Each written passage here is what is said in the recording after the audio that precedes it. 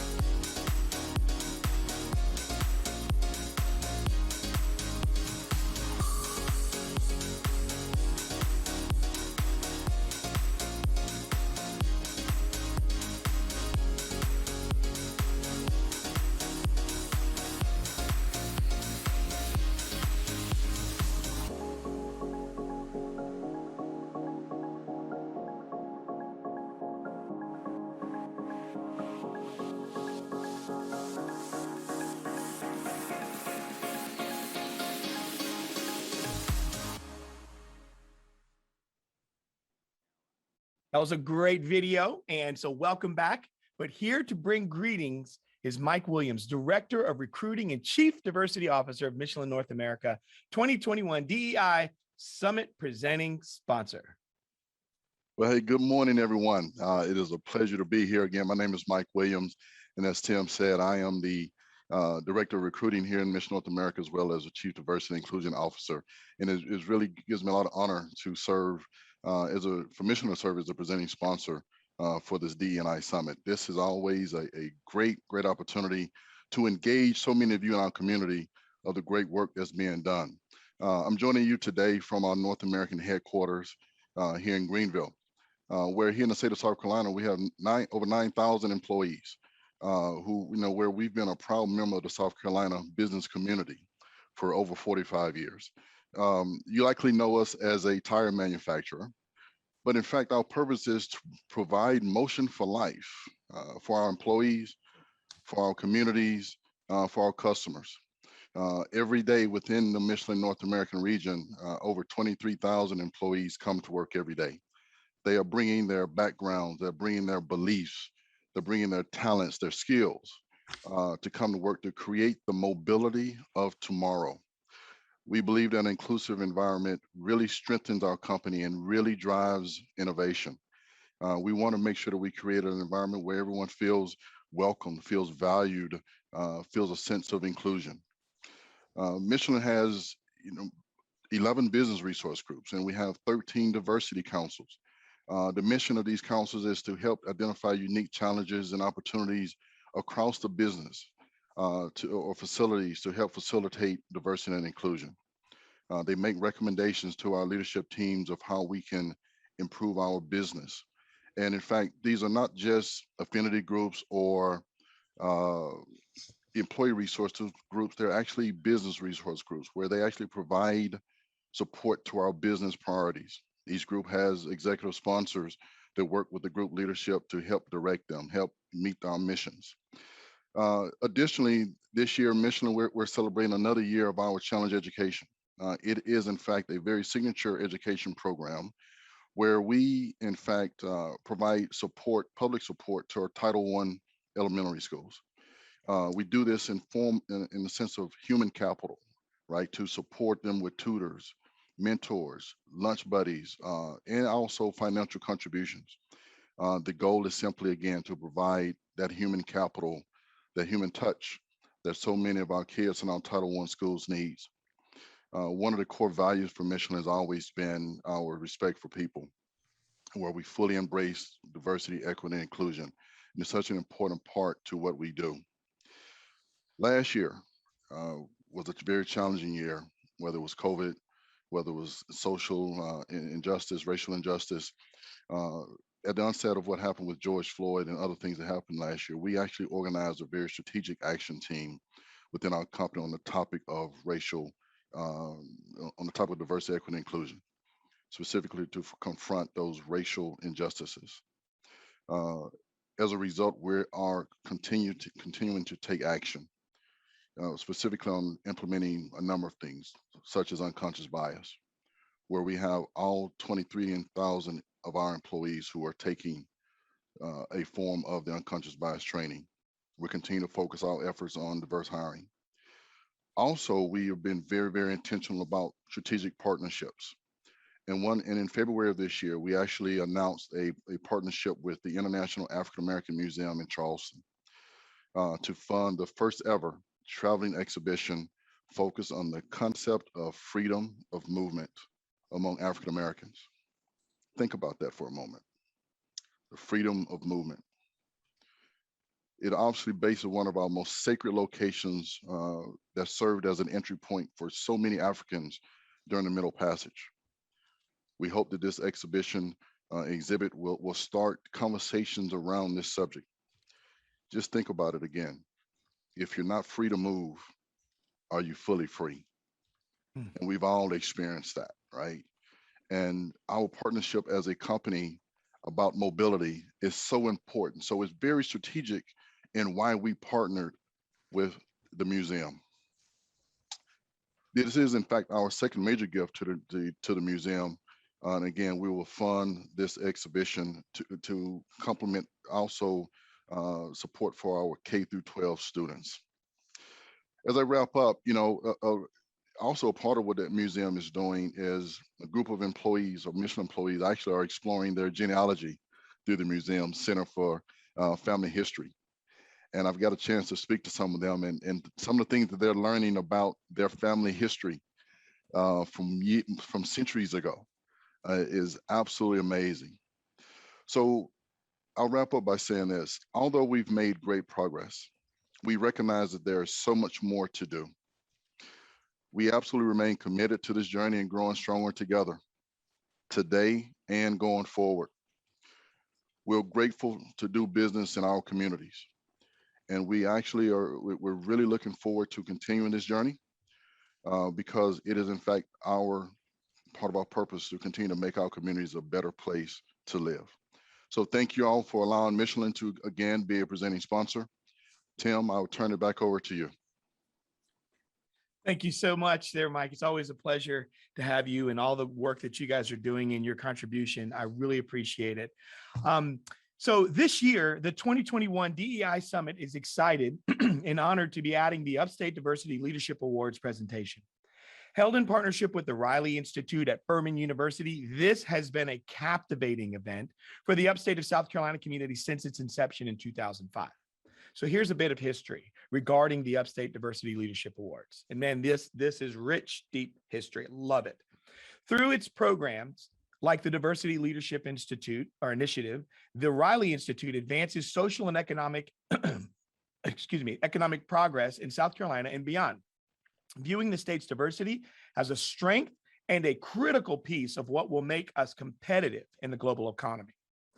The Upstate Diversity Leadership Awards were launched in 2004, born out of a community action project organized by one of the Riley Institute's diversity leaders, initiative groups, Inclusion Fusion.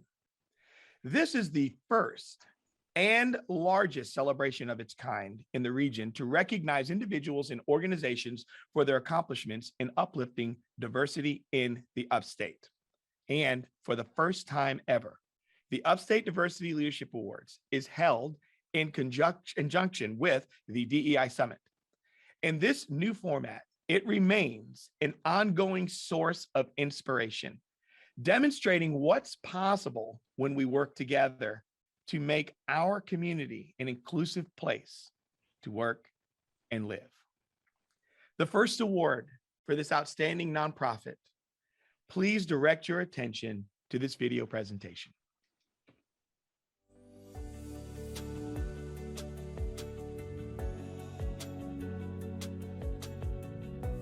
So Mosaic Educational Arts Program is a program for students whose second language is English. We have kindergarten through high school, and we really focus on the arts, academics, and cultural programs, and then we offer resources and services for their families. So we really want to make sure that we are like a liaison between the school and the parents, but not to the point that the parents don't feel encouraged or empowered to go in and speak for themselves, or that the school doesn't feel like they can reach out to the parents, because the majority of our parents really care about their kids. They want to advocate for them. They want them to be successful, but sometimes they get intimidated by the language barrier. So we want to help be that bridge, but then encourage them and empower them to go forth and do it on their own. Every year we have a cultural celebration. So our students perform cultural dances. Our parents cook food from their home countries. Our parents and our kids put together tables from their home country.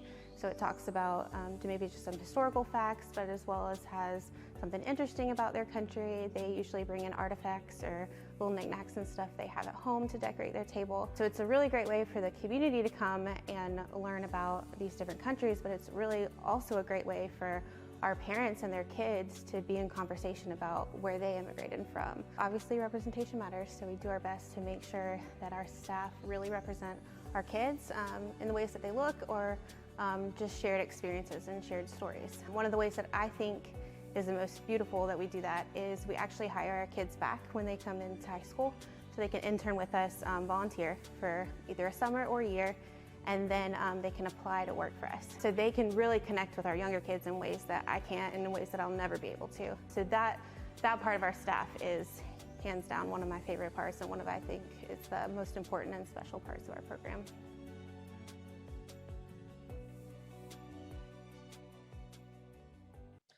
A big congratulations to outstanding nonprofit organization, Mosaic Educational and Arts Program.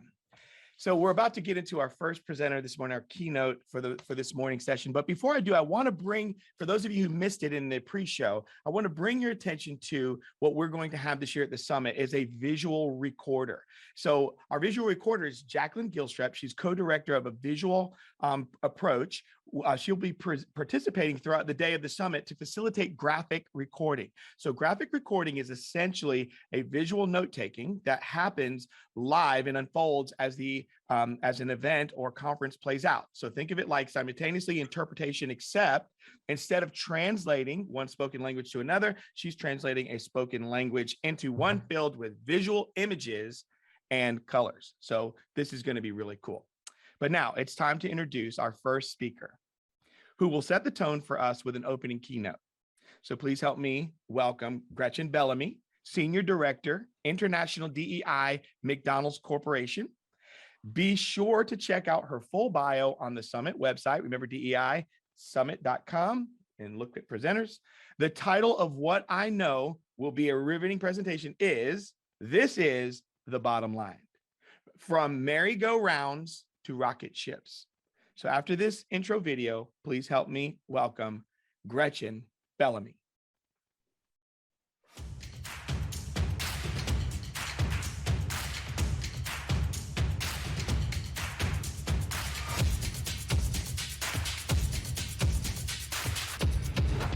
Thank you, Tim, for that kind welcome. And friends and colleagues, let me again wish you warm greetings from North Carolina. I don't happen to live in Chicago where our headquarters are yet, but I'm just your neighbor to the north. I'd like to thank Dr. Nika White and the Greenville Chamber of Commerce for all the kind words and inspiration and the invitation to join all of you. So I know, as Tim said, you can read about my bio or read about my life there, but to get started, I'd like to share a little bit about who I am and what my journey is, and that is the theme that I'll weave throughout this keynote speech. So my grandfather, my paternal grandfather, was born in 1871 in Statesville, North Carolina, and he was 70 when my father was born in 1942. My dad is one of 21, and I'm one of 26. Imagine, I know, we tried to repopulate the earth with Bellamy's. Yeah, I'd say we accomplished a bit. But I am the first of all of those children to go to college. I am the first to go on to graduate or professional school. And if you're wondering, I'm eighth from the end. My dad was not able to go to college. He was told that that wasn't an opportunity for Black people, and he quit high school when he was 2 months shy of graduation. My mother, who's white, my dad is Black, she went to nursing school, which is different than what we know today with a BSN in nursing or something like that. So that's the background. I didn't come from a lot of money, and I didn't really know the world. I grew up in Pennsylvania in a town called Whitehall, and there I had a wonderful friend who was also mixed like me, and she was half Indian from India and half white. And her family would go to exotic places like Hawaii or India, and I was so jealous. I wanted to do that. And so as soon as I had the opportunity, in college, went and studied in London. And there, of course, sometimes you can be a bit reckless and take chances that you wouldn't normally do now when you're in your 40s or 50s. But I decided that I needed to go to Malaysia. And I didn't know what that was going to offer me in terms of development. I just thought it was a cool thing to do. And there I saw poverty in a way I hadn't seen even in my life in America. And so that changed the direction. And I decided that I would go. I worked at a homeless shelter. I managed it while I was an undergrad. And that, again, deeply impacted the way that I felt I needed to give back to my community and to the world.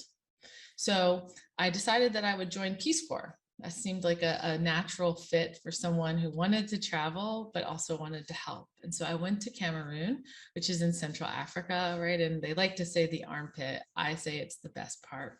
But that's where I went. And when I came back from Peace Corps, where I served as a small business advisor, I decided, well, I guess I'll go to law school. I was told I would like to argue.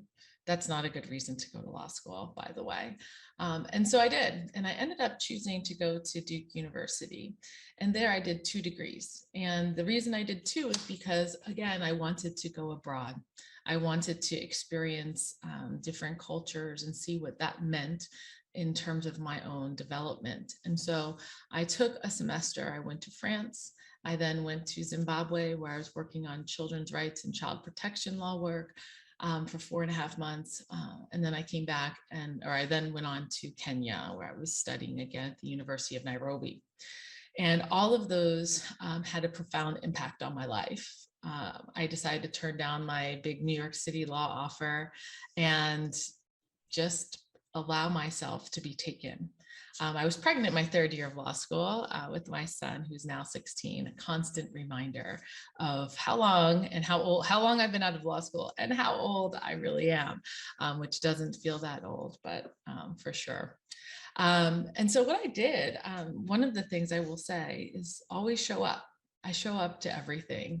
I may be late, I may be right on time, but I always show up. And showing up allowed me to work with the professor on the largest securities class action settlement that we've seen, global research analyst. I didn't know at that time anything about securities law, but learning how to distribute funds equitably for those who lost money fell right in line. At the time, it didn't seem that it did, but it really did serve as the foundation for my DEI practice now.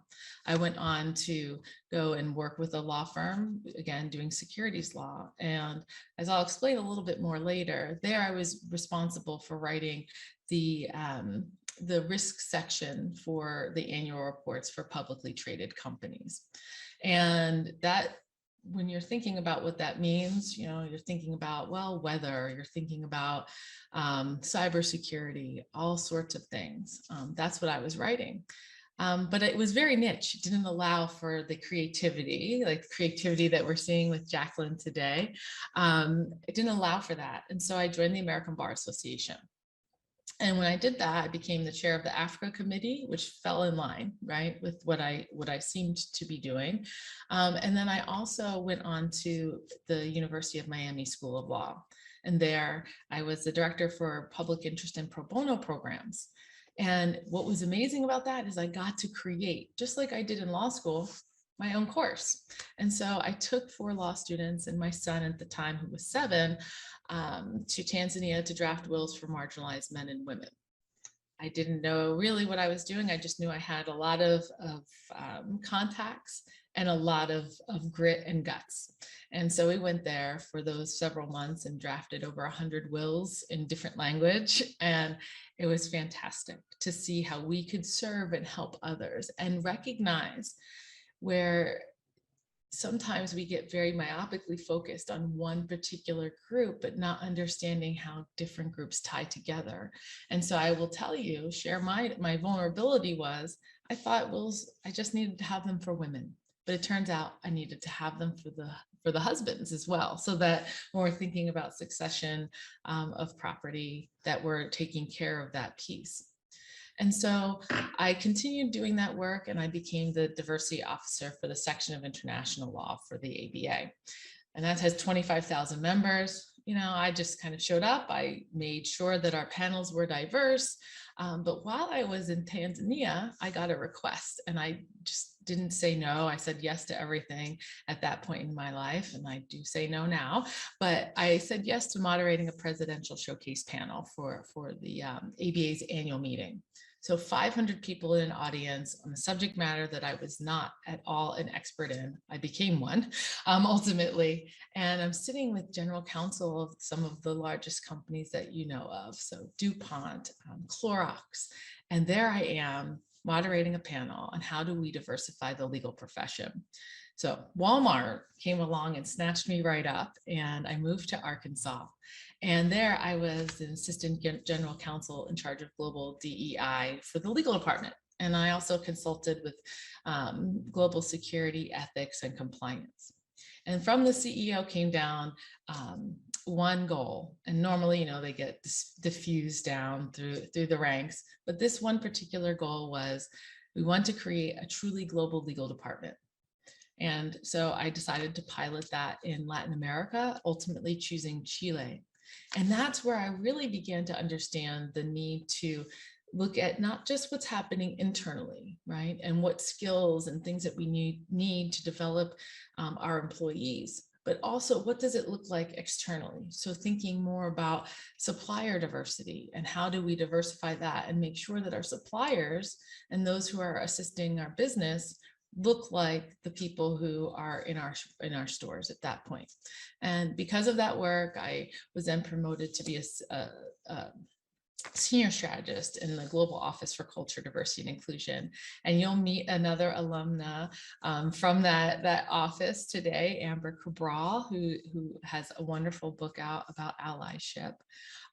So tune into that. Not to throw any shade to anybody else's, I just have to speak up for my girl there. And so I was doing that work, and it was really hard. It was hard because it was hard to live in Arkansas as a Black woman with a Black child. And so I decided to move on, and I moved back to North Carolina, and I worked at UNC Chapel Hill, which I'm sure you have no idea about any of those things that may have been going on the last few years. But that was wonderful. And then I had the opportunity to join McDonald's with Reggie Miller, who is our Chief Diversity Officer, who I also worked with at McDonald's. And what was amazing, or what continues to be amazing about that, is this is the first time that the company has had a position like mine. So if you follow the theme of what I enjoy, I like to be creative. I like to think outside the box. And again, while I can't draw more than a stick figure, I can think about big ideas and really come up with simpler solutions that are replicable and sustainable to complex problems. And that's the challenge that I have. So in my role, I'm responsible for diversity, equity, and inclusion strategy for 60% of our business, all markets, 118 markets outside of the US. So I have a big job, and I'm excited to get started with that. And so why I wanted to share this, and it was not in a cliche way or because I want you to think about, oh, wow, Gretchen is cool, right? I wanted you to understand that there are many intersections to who I am. And I think that we do a disservice to each other when we only consider one aspect of someone. And right now, I mean, I shared the highlights, not the lowlights and all of those challenges, right? And we're here because we get to see, right? I share my story because we get to see the action. I took lots of actions to get me where I am. There's always that left turn and the right turn. But I wanted to be sure to share that with your journey and where you want to take your experiences, they can all be incorporated into the work that you do, right? None of us was born as a CEO or an accountant or an insurance agent or an artist, right? These things happen to us because of the choices that we make. And it's how we absorb those lessons from all of those different jobs, experiences with people, et cetera, that make us very well suited for a job. So now I want you to, now that you understand a little bit more about the lens in which I walk through this world, I really encourage you to think about all of the filters that you have. And I want to really highlight that S, the filters, because we have so many. You know, you heard I'm a mother, I'm a daughter, I'm a lawyer, I'm a this, I'm a that. And what that makes me is just Gretchen. So the big idea of my talk today with you, as Tim previewed, is this is the bottom line, from merry-go-rounds to rocket ships. But I want to ground that for you and provide my recommendation for where you may want to begin when you're thinking about diversity, full stop, equity, full stop, and inclusion, full stop. I'm on a mission personally to stop saying DEI because they are very distinct things and take you in very distinct places, right? They may all feed together and look like a Venn diagram, but they are different. So practicality number one, understand your business. And when I say business, We can say company, we can say organization, we can say church, we can say nonprofit. You can pick the term that you most identify with, but you need to understand it. And you need to understand it not only if you're the CEO, COO, CFO, any of those alphabet soup titles, right? No matter where you are, you need to understand your business and how you fit into it. So I explained to you that I was a securities attorney. So I was writing those risks. So if you look at, it's called a 10K, the annual report, in the first, I don't know, let's just say 20 pages or so, it depends on the size of the company. And you read that, you are going to understand what obligations the company is making to shareholders. Now you may say, well, Gretchen, you're just talking about you worked at the biggest companies in the world. Oh, except if you think about a nonprofit, you have a board of advisors or some form like that, right?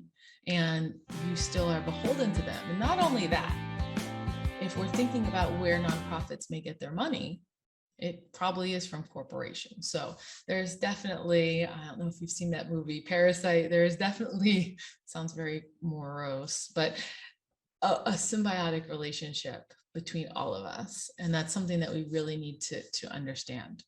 So another reason why I wanted to share about that 10K is in there, in most of them that I've written or that I've read, there's something that says that there's a risk to the business if you fail to attract and retain key personnel, talent, etc. Right? And the thing that you need to consider is, well, there's also other risks about cybersecurity, and there's someone in the business typically who's responsible for mitigating that risk. Some companies have weathermen because they do a lot of logistics and they want to know what the weather patterns are, and they're using those weather people to mitigate the risk that their cargo or etc. will be gone or damaged. So whose responsibility is it to mitigate the risk around talent, right? And we always say it's HR, but it's not HR, right? HR can bring people in and they can exit people. They can help you with benefits and that sort of thing, right? Kind of go through conflict resolution. But it really is the role of the person who's sitting as your manager or as your peer, because we want to work together, right? Because we understand that what is happening with the business.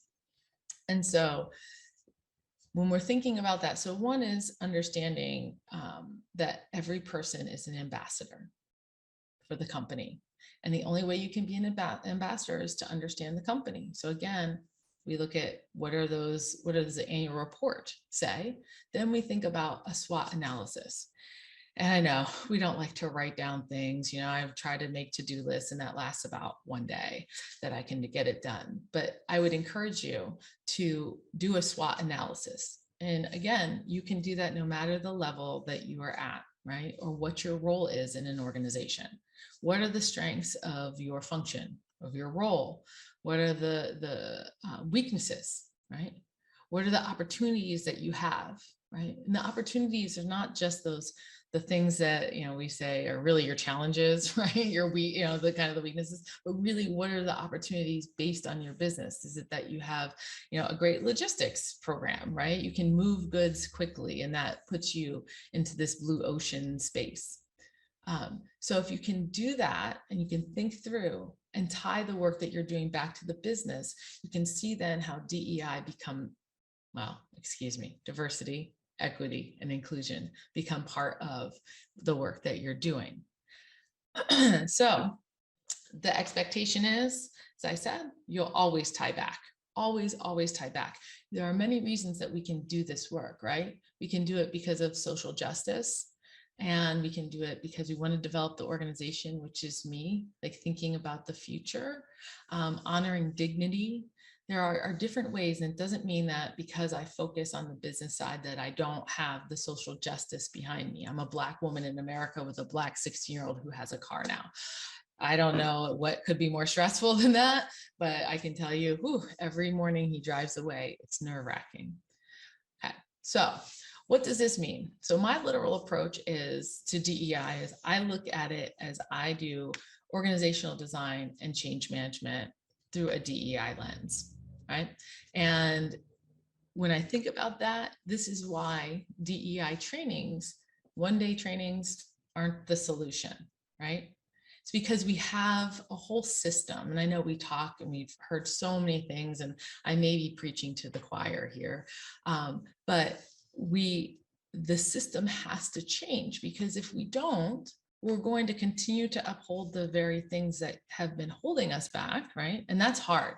Even as a minority person, I grew up in this society, in this culture, and I can see, without being intentional about what I want those outcomes to be, as Tim mentioned in his opening discussion, right, about intentionality, the only way I can break that down is to think about how, rather than hiring a marketer who has expertise in diversity, equity, and inclusion, and that's that one person, how do I embed diversity, equity, and inclusion in every role for every person, right?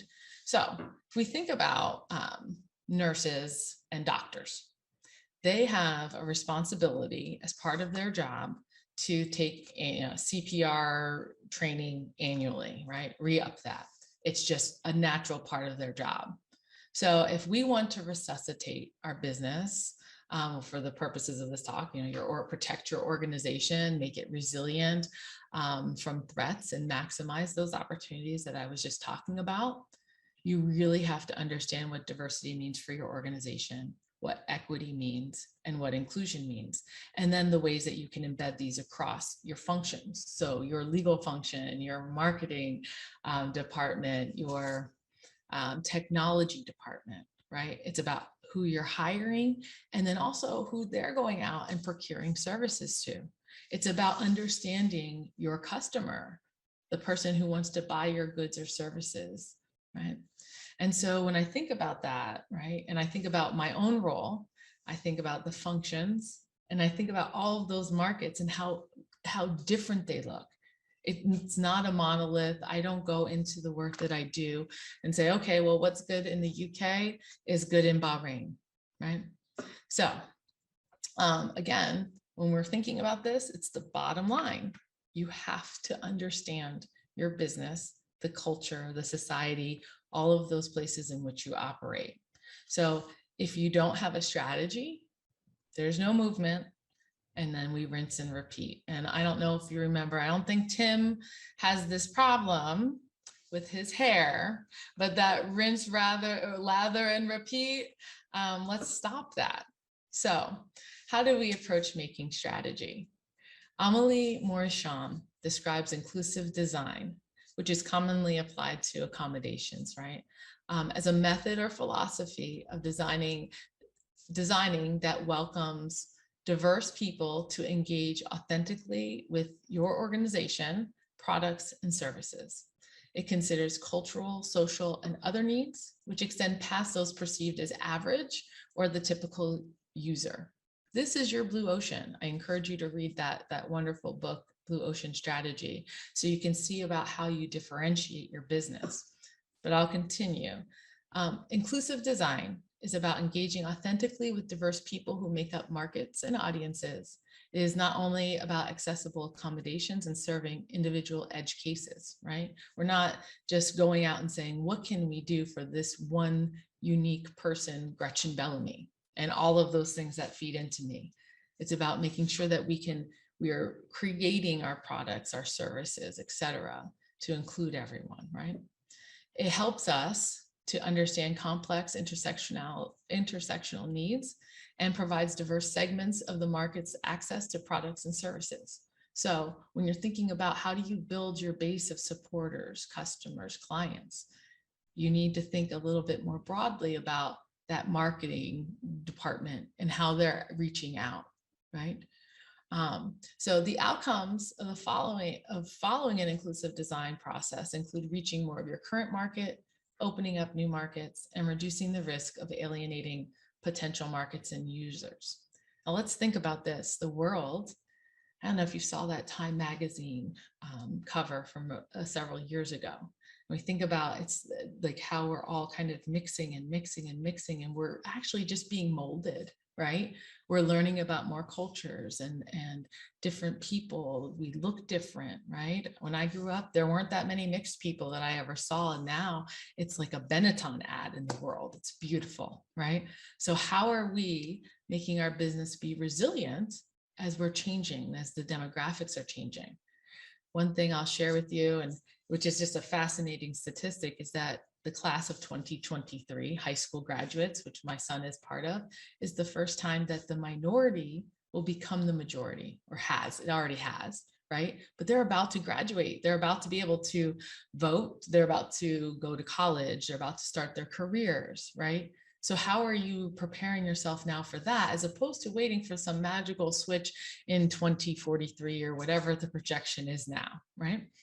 So we can agree, I would say, if we don't talk about diversity, equity, and inclusion in the way that we often do, we talk about fairness, inclusion, and respect. And I had someone talk to me a little bit about this, and it made sense. Like, diversity can be very, it can be a lightning rod, right? And so when we think about asking questions, do we believe that things should be fair? I'd say generally, I go with the 80% rule. Yes, we agree that things should be fair. Do we think that people should be included? Yes, we think people should be included, right? We all know someone in our family or friendship group that has something that would make them, and I put in quotes, an outlier. So yes, we want people to be included. And what else do we want? We want respect. Simple, right? And so we can agree that we want fairness internally and externally. Who doesn't want to be the best workplace for people, or the company that wants to have the best selection of goods and services for most of their customers and supporters, right? This is about that intersection of how do I serve the gay, blind, veteran, Black woman who's a single mother, lawyer, et cetera, right? All of these things that I could be or not. So now the highlight. Let's talk about merry-go-rounds and rocket ships. And let's think about what a merry-go-round is, right? Why are they so appealing? The ease of design, something that goes in a circle. It doesn't even have to go up and down. Like, that's a pretty fancy thing, right? But it just goes around in a circle. They're reliable. There's no reason that you would expect any other outcome than what you see, right? It's gonna always just go in a circle. Now, imagine a rocket. Rocket goes up and it comes back down. Now imagine a space shuttle. The space shuttle goes up and it comes back down, but it comes down like an airplane, right? Pretty smooth. It's pretty amazing. And so I'm going to leave you with that imagery of the merry-go-round and the rocket ship, okay? And I'm going to share with you now a video. It's just 2 minutes, and then I'm going to come back and continue my discussion. So.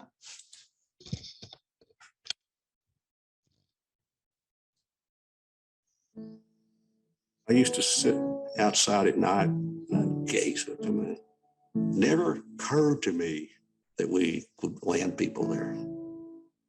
I had the feeling of what it meant. You know, we're making history. 3, 2, 1, fire.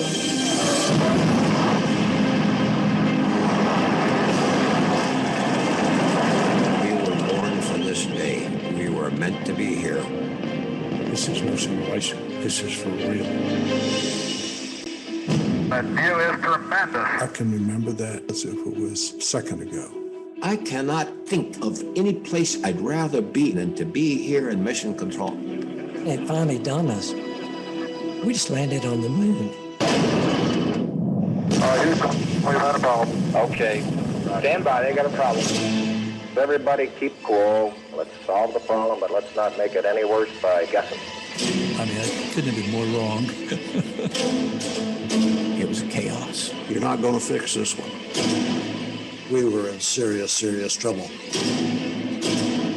There was only one thing for 48 hours to get those guys home. I'm not ashamed to admit I was crying. It was more than a country boy would ever see. We came come into this room as a team, and we will leave as a team. I think it's amazing that out of nothing, they built this great institution. We wouldn't be here today without the achievements that those folks made and the strides that they took. Somehow or other, when we came together, we became capable of doing the impossible. I'm just proud of the people. If you're looking for patriots, they are they. Every one of them. Dear men from the planet Earth, first step foot upon the moon. Okay, so I do recognize that visual diversity may not be there, but this is a fact of our history, right? And so when I think about this video and I think about the merry-go-round idea and what we are trying to achieve, we often go round and round and round with the merry-go-round. That's how I kind of look at DEI, is that we hire a new chief diversity officer. Oh, something happens, right? If you've been on Space Mountain, it's another great way of looking at it. Sorry, Disney World, this is just an example. But if you think about it, you're going through the darkness, a very harrowing ride, right? Whips and turns, you're in the dark, there's some flashing lights, but you end up in the same place. And then, oh, you get a new chief diversity officer and you start again, right? And it's a constant re-beginning. In this video that I shared with you, you heard from the future where they said, well, without these people, we couldn't have advanced. So how do we get off that merry-go-round, right? John Houbolt, who is the man who came up with the way to get the rocket, the space shuttle to the moon, they thought he was crazy, right? They said, you can't get to space. And he was able to convince the team, right? And actually convince NASA that it was a whole sordid story. 2 years it took him.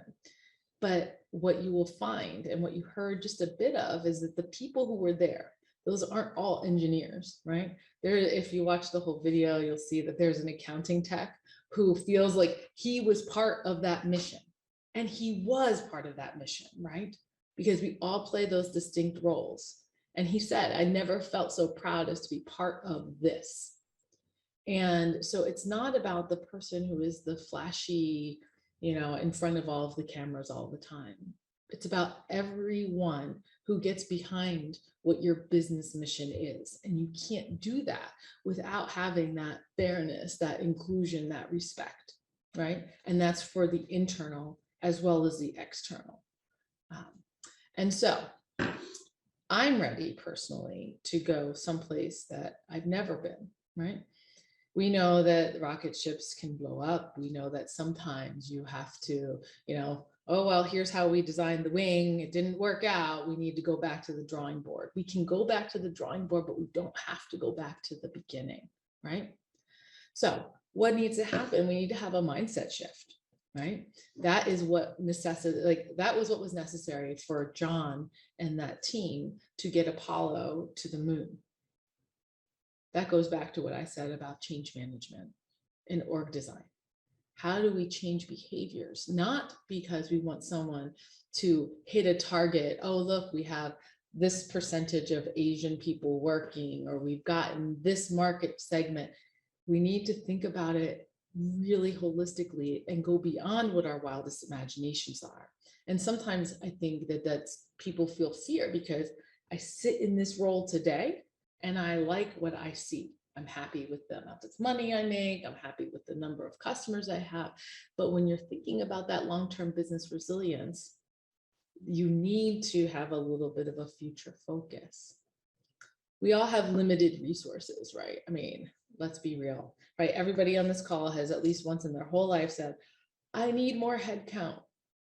I need more money. I need more markers, right? You need something more. So how, but the question is, how do we utilize what we do have, right? To maximize positive business and organizational outcomes rather than just burn up on reentry, right? Or stay on that merry-go-round and use the same number of resources to do the same thing over? How do we land smoothly? Maybe there's some bumps, but where we're just on that runway. So how do you do that? First, you assess where your organization is, as I mentioned. Are you in an active space? I use right now the Global Diversity, Equity, and Inclusion benchmarks. Fantastic. It's from the Center for Global Inclusion. I'm sure many of you have seen it. But what's brilliant about it is they have 15 areas, right? Internal, external, foundational. And then in the middle, they have the ones that are building, right? So are you always communicating what you do? Are you always measuring what you do? Are you building the things for sustainability? And are you including learnings in that, right? And you can measure your market, your business, whatever it is. I do markets and functions because of my role. So if you're able to see where you are, well, you know, maybe we want to be an industry leader in this space and maybe not so much in another. Some of those, to be an industry leader, takes a lot of resources, right? And so how do you maximize that? But it just comes back down to what are you willing to do and how do you assess? So today we are here to add more arrows into our quiver. We have wonderful panelists and we're going to learn where we need to lean in our efforts. Say lean in, we know that whole story, right? And not attempt to boil the ocean, but rather to find that blue ocean that I was talking about, where it's cool and it's calm, much as I would like to be right now on that beach, right? So my call to action, as I'm wrapping up, for me, it was always about interconnectedness. I always want access to the world. I was asked yesterday by my team, if you could live anywhere in the world, where would you want to live? And with the caveat that was given immediately was, Gretchen, you can't live in outer space. So I said, I want to live on a yacht. And the reason I want to live on a yacht is because I get to travel everywhere. There's very few places that I wouldn't be able to go, very few friends I wouldn't be able to visit, and I'd be on a yacht, which would be fun. So the only way that I can continue with this desire to be interconnected is by having understanding, and that's understanding cultures, societies, motivations, and bottom lines, all of them together. And so my call to action to all of you is see if you can get off that merry-go-round where it's the same story, the same trope, the same everything, and empower everyone in your organization to embed diversity, principles, equity, and inclusion, fairness, respect into us as part of your standard business practices and actions, and go build that space shuttle. So, Tim, that's where I would like to end today. Great. So we're going to be taking questions now for those of you listening. So first of all, Gretchen, I love it because I'm a high I person. I'm a creative person. My brain, I used to drive my mom crazy. I'm like, so mom, what if? And I tell people I'm ethnically ambiguous, so I get it. And so that magazine cover that you're talking about, like that's what the world is becoming. And what's interesting is that's one of my drives and passion right now is to say the world is looking more like a lot of us, which I call the others. And we are trying to find our way because we identify with all kinds of things. And where do we fit, right? So I love what you're talking about. And I just want to jump right in with that. This principle of embedding, because with some of the companies I get to go work with and I speak with, and as you say, they get into these program tracks and they want these one-day things. I'm thinking nothing changes in a day. No. Nothing will change like that. You need to go deep if you want to go high, right? And not only that, but if you want to go wide, you got to do this. So let's talk about the principle of embedding and how do you lead toward people? Because of some of the ways that people have felt in the past where they've been ignored or overlooked or felt disenfranchised or relegated to the side, right? They've been relegated to something less than. in this big changing world where we are seeing this big mix and how businesses even need to pay attention to how to speak to those customers. And I put it this way, you've got to start to define it for you. And I love your full stop, D, full stop, E, full stop, I, full stop. Start with you, then people, then the business to the customers. It's like a cascading of vision and goals, but it comes back down again. So knowing that people have felt a certain way, and you want to get into this embedding concept, but you're not trying to get people into a fixed mindset with it. They still need to have a growth mindset. How do you help the person who says, but wait a second, we've waited so long to be recognized. Now we're having to pay attention to all these others. Right. Get it? How do we do that? Well, I think that's where I come back to that fairness, inclusion, and respect. Right, changing that conversation. So that's one, because we hear all the time that, white men, the white middle-aged men don't feel like they have a space. They absolutely have a space because they believe in those principles as well, right? Every one of us, hopefully, I shouldn't say, we can't say everything or all, not going to go there, but we believe in those things. And so when we're thinking about how do you, as a person, and I'm going to use McDonald's as an example, right? We're creating delicious feel-good moments for families, right? In a convenient and easy way. Okay, so if I'm the customer, I put myself in the customer's shoes, what do I need? What do I need as a single mom with 2 kids, twins who are in the car crying for Happy Meals? How can McDonald's make it easier for them? Right. So that comes down from like how we greet them as customers, how we we work with them at the kiosk, right? Or as they're going through the drive-through, thinking about how can we make it more convenient with the app. Those are things that are very broad, right? And so when we're thinking about how do we then embed it, if we're thinking about, and I love to use marketing as the example, because that's, we've seen so many times where marketing is the biggest risk to your brand that I can think of. I mean, apart from people embezzling money or something like that, but we need to make sure that they understand it's not, again, like I said, not hiring just the one Black person or the one Asian, because I don't speak for that. And we don't always, people tend to pick certain identities that they are, they focus on, right? So maybe you're gay, maybe you're this, but one always kind of takes the forefront. So do I speak for all single moms?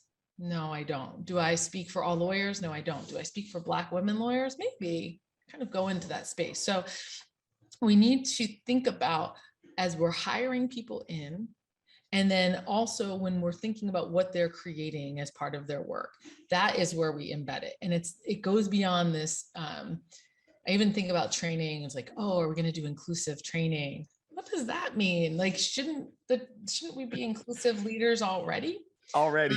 So changing the way that we talk about things. And I'm going to give you one quick example of how hard it is and how intentional you have to be.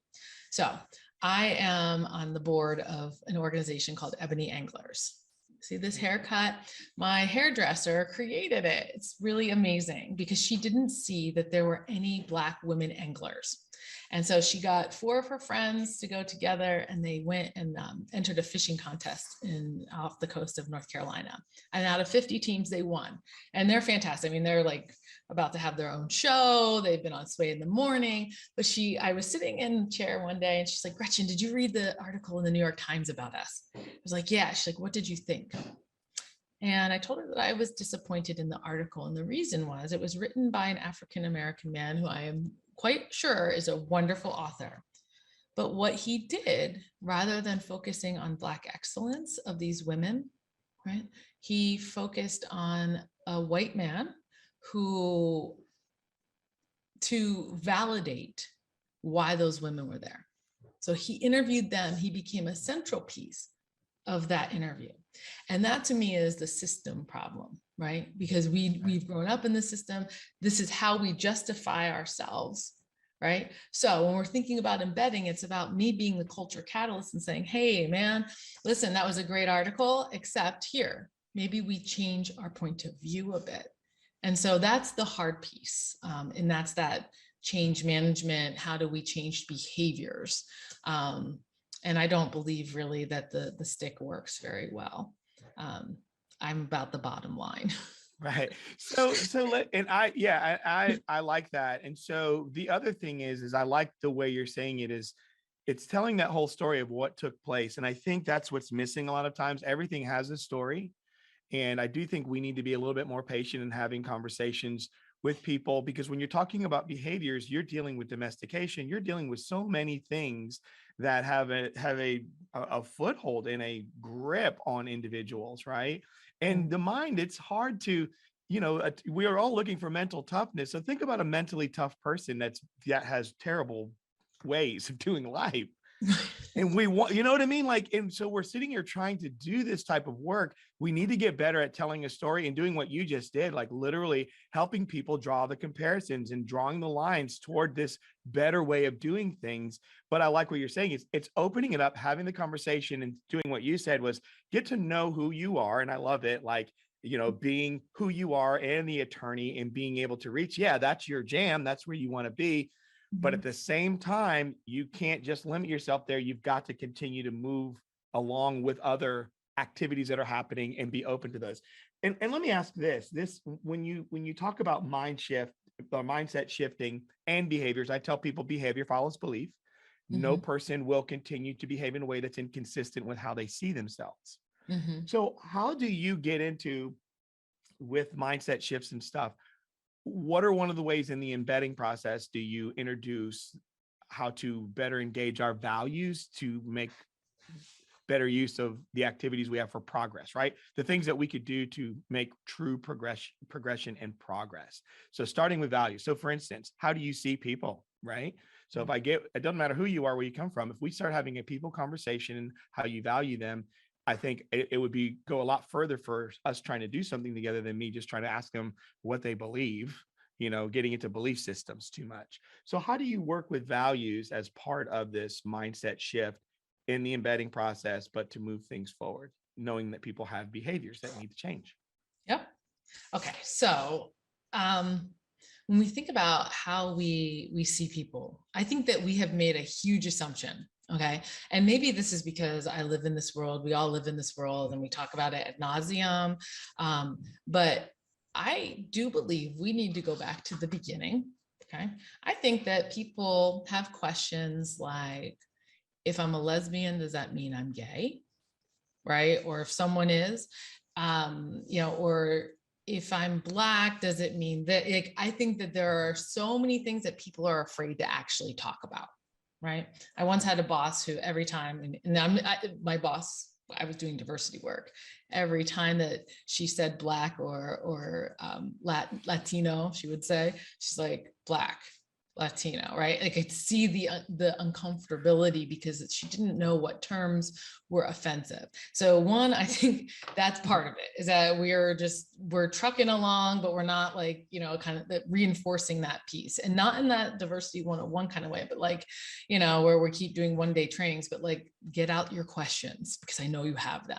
And that's where we as organizations can lean on our strategic partners. Right. So do you have a partnership with the National Bar Association, which is the Black Bar Association, where someone can come in and have a conversation, right? So we need to start leveraging that. And when we're thinking about embedding, because it then demonstrates to our strategic partners that we're with you, right? We're using the things that you have to offer for us. And then the other is, and I was just having a conversation about this yesterday. So we talk about leadership, right? So we're going to create like a leadership program for Black people, right? We're going to use our employee resource group to do that. And we're going to have one for Asian people and one for gay people and one for veterans. Okay. Well, the assumption that's underlying that is that the people who are Black, gay, Asian, whatever, don't have leadership capabilities, right? That leadership is stagnant, and that what we're doing when we're saying we need to create these special programs is that the people who are in charge, who've gotten us to this point, are the pinnacle of leadership. And what I'm challenging now is, how do you change that thought about what makes a leader Because now we're saying, well, there's only limited spots for you. No, we don't have limited spots for leaders. Everyone should be a leader. And if we start to think about it like that, and what are, again, going back to that New York Times, what is our standard for leadership? And not say, oh, I'm going to teach you how to be an inclusive leader. I'm going to just teach you how to be a leader. I'm going to encourage that. I'm going to provide those opportunities, and not separate you out. I know that's a bit controversial, but I feel like we're missing the boat if we're not being more intentional in the way that we're thinking about training and that sort of thing. Right. Well, I love what you're saying, because my thing, and I learned this from my mentor for years, and I first engaged him at the age of 21. So it's a long time ago now. And, but leadership is influence, and everyone has it. That's what it's simply put. That's it. So, and there aren't naturally born leaders. There's only naturally born babies. Right. So and these are things that we can develop, and we have to understand that, we need to push some things aside, right? Because once again, it is about influence, and a lot of people think they don't have it, but they do. And you can lead yourself first. You go first. If you want to really develop your leadership, start with yourself, right? Prioritize your own way of showing up, who you're going to be and how you're going to show up, and stop making it such a priority of others and what they do, right? Whether they allow you or not, right? That's the thing. It helps when people give you access to things. But that's not going to stop me from making decisions and choosing which way I'm going to go.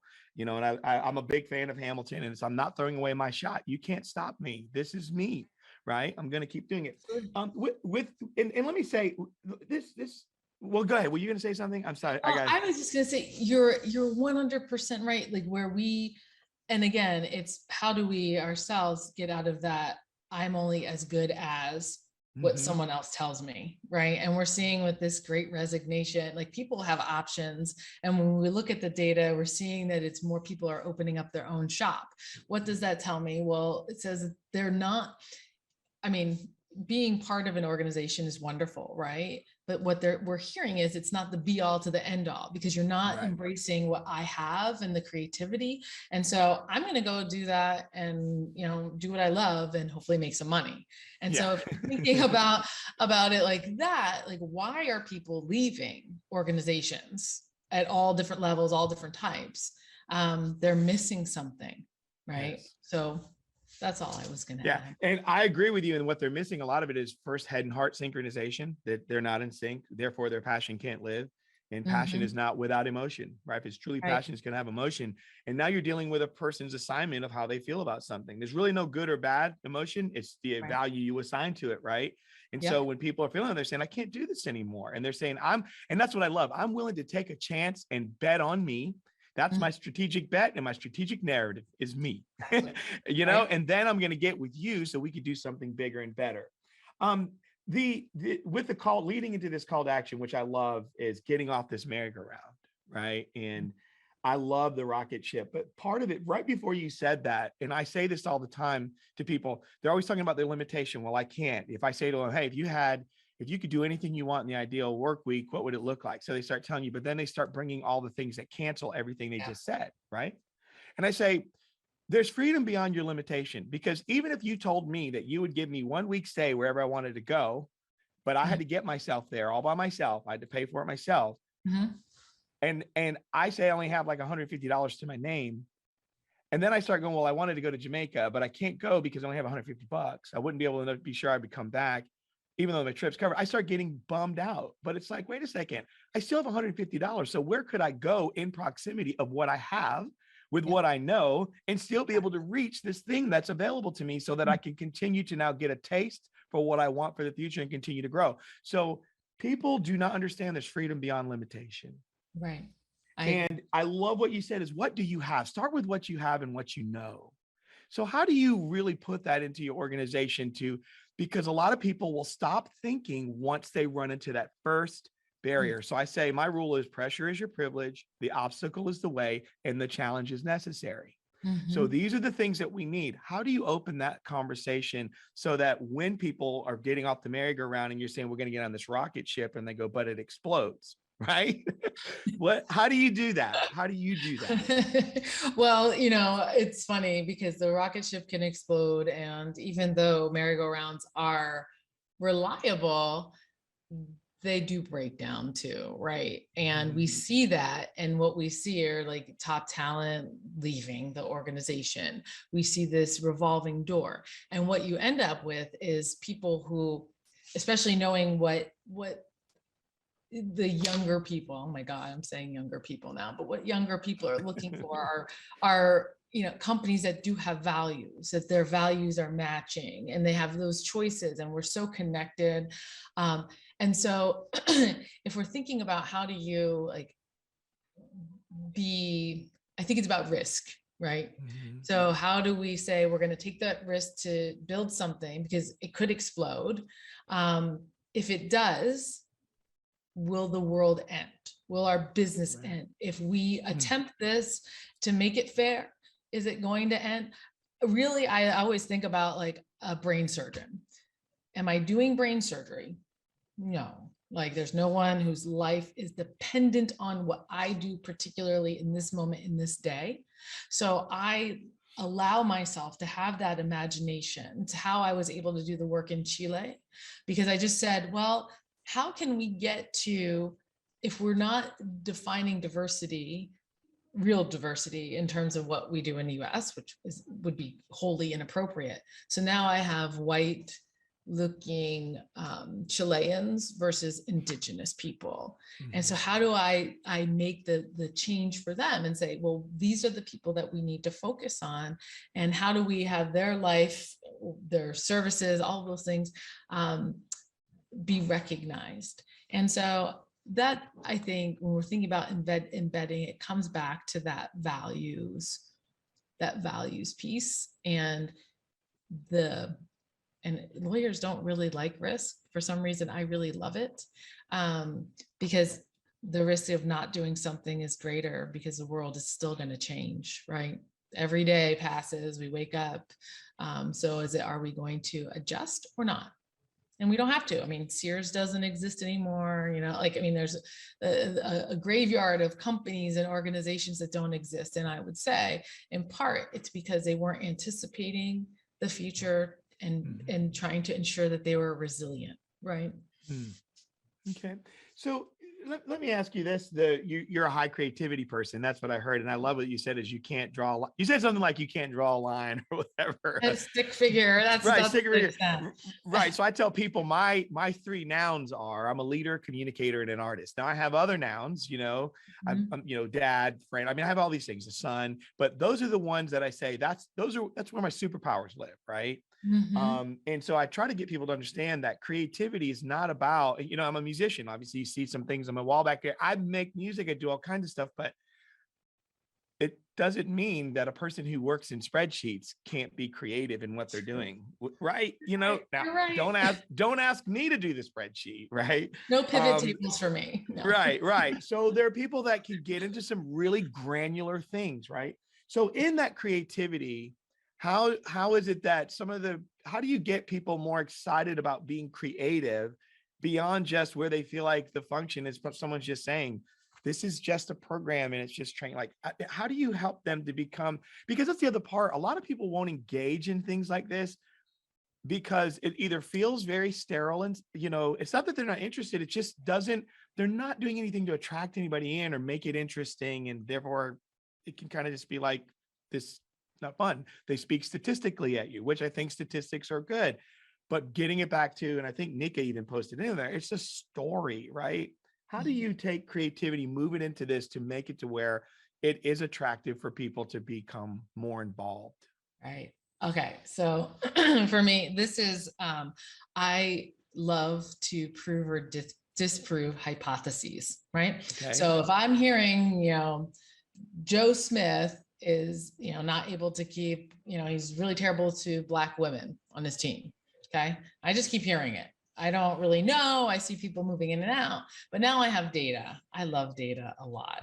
And I also love when people don't try to manipulate data, but, so I use data to prove, oh yeah, Joe is not able to keep them, but why is Joe not able? So I'm constantly asking questions. So I think if we're talking about creativity, it is that. So why is Joe losing these people? Well, maybe it's that he's not providing feedback, he's not having meetings. How do we rehabilitate Joe, right? Or demote him or terminate him, right? Because he's not living up to the values. And I think that, again, this goes back to that fear that people have, right? Fear of change. So if we do something to Joe, right, we're trying to fix this issue because it's not working within our values. Well, but Joe is our values. What if Joe is like Mr. Value? But that's where that change piece has to come in. So when you start having those conversations and saying like, here's the hard fact, this is what's happening, but here's how we're going to help it. And I think that that's part of the challenge that we're faced with right now, is that we are all so put into our corner. I don't even know if we can call them corners because there's so many of them. We're all pulled in these directions and unable to have conversations. And I know we keep talking about it. I have a wonderful friend who's an ombudsman, and she and I talk about how do we use those ways of conflict resolution to come to a solution? Because when you're talking about diversity, equity, inclusion, like I said, people start to feel upset. So if we start changing, and I don't mean it in a way to manipulate people, but have them see with a different lens, that's when they can be creative. Right. And I mean, I just love that. But you know what it's saying? It's saying that you belong in the room and so do I. It's saying that even though we're coming from different places, we both hold and share space. And these are the invitations, right? So it reminds me of an old story that I liked as a kid, and I still like it to this day. But, it was about a story of royalty that had put favor on a family that normally would have been ignored because of the changing of power and the new king. And so this person came in and he was handicapped, and he said the way they described in the story was he had clubbed feet. But he was invited to the table to eat. And the thing that was so powerful to me, and I'm a big picture person, but the tablecloth that they sat at the table covered, and no one could see his feet. And he got to be at the table. And it didn't matter where he sat at the table. He was just there, and he was at the same table. And that's where I feel we got to get better. And I love the terms that you use, even rehabilitate, a necessary ending maybe for Joe. Whatever has to happen, that's the priority, because a lot of times what happens, it's what are we going to do to either change it or move it or get rid of it, or, I like what you're saying, because the rehabilitation part, let's talk about that. Growth mindset says a fixed mindset said a person is, that's it, that's your quality, that's your gift, that's all you have. Read the book by Carol S. Dweck, powerful book around mindset. Growth mindset means a person can change, they can improve, they can get better. What would you say needs to be done in this space and in this work and just in the world to where we get better at understanding terms like rehabilitation, reconciliation, restoration, and bringing people up to another level and making that maybe the first priority, not the hope it works, but it probably won't idea? I think with all of those terms, right?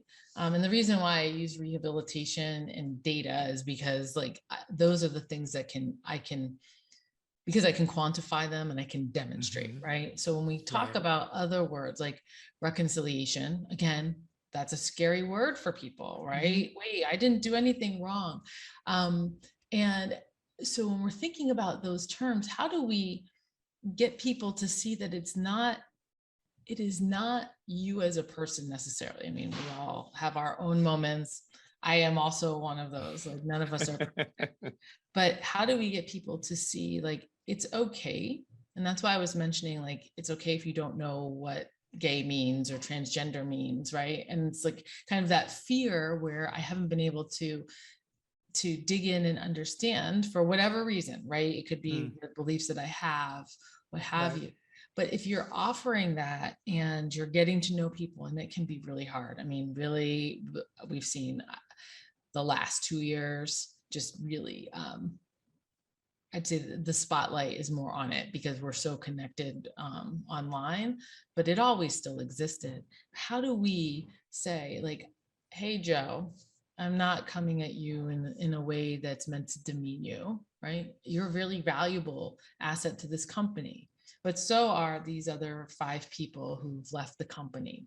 And the feedback that we're getting is this. So what is going on? So it's not just, hey, Joe, by the way, it's here are some tools, like, let's talk about it. Here are some tools where we can help you, and we're going to be in this together. Like, and that's the piece that I think often is missed. And I wish I had an answer, because I would be sitting on Reunion Island or, up in my spaceship if I had the full answer to that. But I think that it is about finding the commonality, just one, right? This is hidden underneath the tablecloth, whatever, my long toenails or whatever, those are hidden. But right now you're seeing me up here, and we're just having a conversation about work values. Right. Let's do that. That is, my goodness, that is so good. And 2 things, because we're getting close to the end, and this is fun. I'm so excited. This is great. And of course, my mind on the merry-go-round rocket ship. By the way, I will use that. And when I speak next time, I'll say something, and I'll give you credit the first time. Second time, I write an article about it. Yeah, next time will be, I've been known to say. But your call to action, which is very strong. So, getting off the merry-go-round and then get the embedded into the full stop DEI. And then I'm just wondering, what are some practical ways people can do that now? What are some things that they can do right now in a simple way if they're sitting there listening, because that's also going to include the SWOT analysis, I'm pretty sure. But what can they start doing right now? Okay, so number 1, I already mentioned it, is use a benchmarking tool. So here's the thing, and this is why this is so important. You can't create your own benchmark. That's like creating your own beauty pageant and crowning yourself the winner. Okay, like, we're just not doing that. Not into it. People love to do it, but we're just not. Okay. I got the crown. So, right? I'm like, hey, here I am. So I love the global diversity, equity, and inclusion benchmarks. And again, like I said, they have where you can start from the very beginning and say, here, we're actually inactive in this space in recruiting. We're not doing anything, right? Then it can be, we're moving up into a reactive, we got sued. That's usually where reactive is. We got sued. So, okay, so now how do we then move to proactive? We're going to train our recruiters, or we're going to find alternative sources for sourcing talent. To, okay, now we're going to be, a catalyst. So now we're going to start sharing with our suppliers how they could do this. And then, so you can move all the way up to industry leader if you want.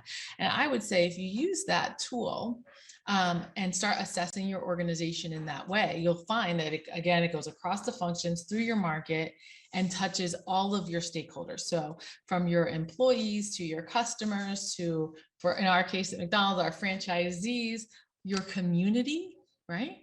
So you can see all of those things if you just sit down and think about, and there's 275 benchmarks. So you have plenty of work to do. This is job security, and then understanding and assessing what the culture is. If it's a region, if you're a regional company, what is the culture of the Southeast of the United States? And what are the needs? Because they're going to be different than if you're going out to the Pacific Northwest. So thinking about those different inputs to get a baseline is where I would recommend going. That is excellent.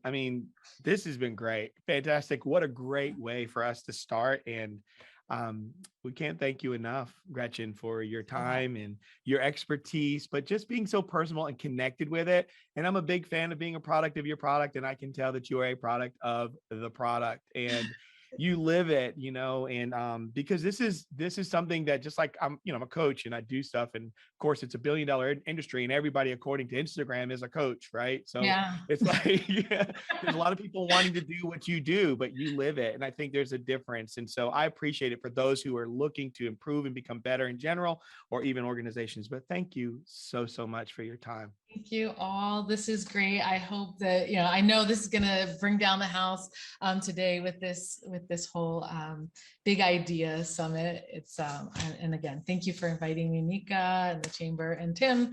Wonderful conversation that I hope that we get to continue here in the future. All right, we'll talk soon. Thank you. So it's now time for us to present the second Upstate Diversity Leadership Award. outstanding high school student. So please direct your attention to this video presentation.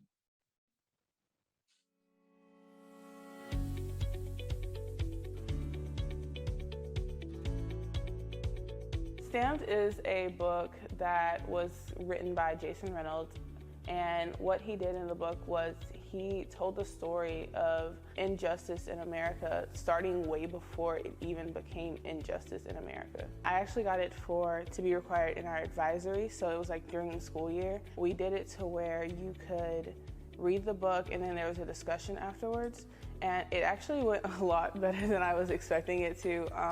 The students, they really enjoyed having something that they could talk about that related more to them, especially with our past readings. Momentum is a nonprofit organization that was started up to give students a safe place and somewhere where they could be themselves and open in their community. I've been in Momentum since the 7th grade. And then I've done like a lot of different conferences for them, and we've done a lot as far as me being a member so young. And then we started art circles as kind of a branch for our students of color. It was also another way for students to express themselves through art. It just opened up this whole new world of discussion and conversation. I want to say it was like my 10th grade year is when I really started getting more leadership. That's when I joined the challenge team, which is kind of like the older kids group. I was just given the opportunity to kind of help guide those that were younger than me, and it was really great, especially, you know, going to school with the kids. So when they see me in the hallways, they're like, oh, like, you know, there's Corey, and I'm like, hi, and so it was just really great to have that. I think my passion for me personally comes from, I have a lot of men of color in my life, and so when you see things on the news, and it's like, it's really, it's almost degrading, and so I've always been passionate about, you know, making it a safer place for my little brothers, and I have cousins that I grew up with. Just getting my community and, you know, even communities around me that chance to have a voice and speak up and get the same opportunities as those around them and their peers is a really big part of why I do the things I do.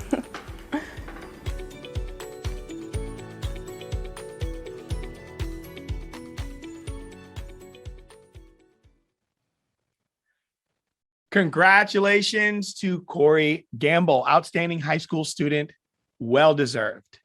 So before we go into the break and prepare to transition into the morning workshops, I wish to direct Summit guest attention to this short video to highlight the topics and presenters of the upcoming 4 concurrent sessions, of which you can select to attend only one. So just a reminder that all sessions are being recorded where presenters have granted permission and will be available within 5 to 7 business days post-event at the Summit website, deisummit.com. So if more than one session interests you as a registrant, you'll have access to that replay. So that's the good part. So take a second here and watch this video.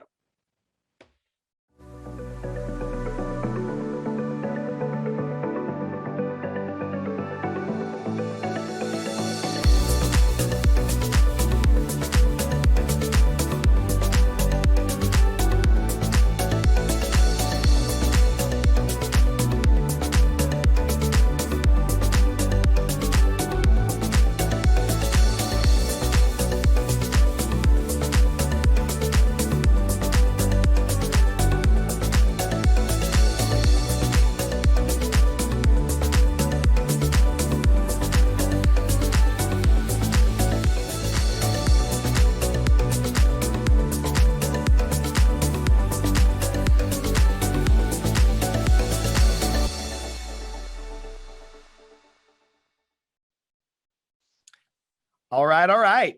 Now it's time for the first transition break of the day. So should you decide to remain in front of your computer, please know that for the next 30 minutes, I'll be engaging with as many of you as possible. So hang around there in the chat, through the chat, and sharing live information about what you have to look forward to for the rest of the conference. So stick around there if you can. But even if you step away, stay plugged in earshot, because there will be some announcements that we'll be putting out there for you to make sure you don't want to miss. So I'm really interested to know, though, what you think about the visual recording aspect. So tune in for some good chat dialogue for that as well.